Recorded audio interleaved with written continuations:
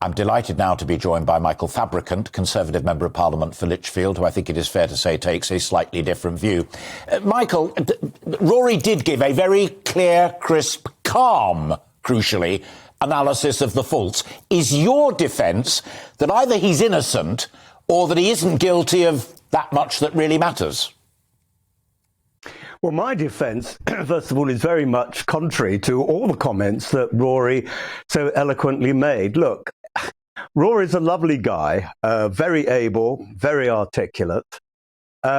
He was speaking to you from Jordan. He's operating on a day-to-day basis from New Haven in Connecticut in the United States, where Yale is based.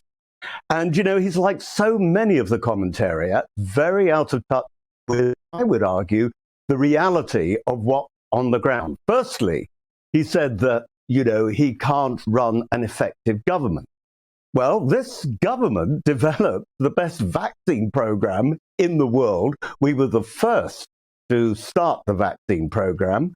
We've got the biggest economic growth rate in the G7. I could go on, but I'll just finish with one thing on that point, that the World Health Organization said 2 weeks ago that the United Kingdom could be the very first country in the Northern Hemisphere to actually leave the pandemic. And that's fantastic news.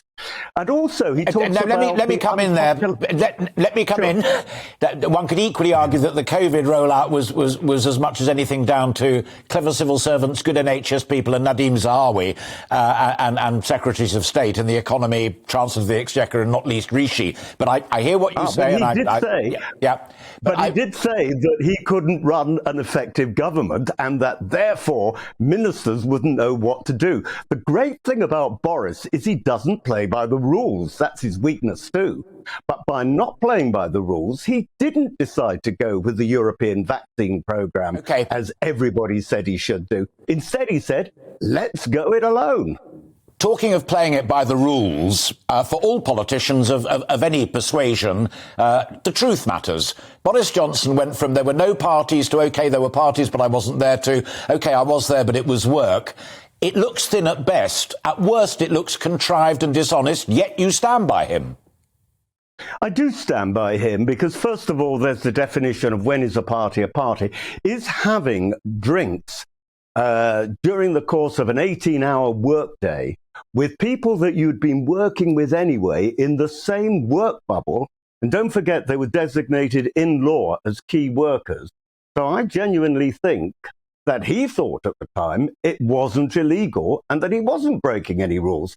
And we'll find out whether he was breaking rules or not. But I don't think he actually thought, you know what? It's one rule for me, one rule for everybody else, because he thought that he was abiding by the rules because he wasn't spreading the disease. These were all people working closely together.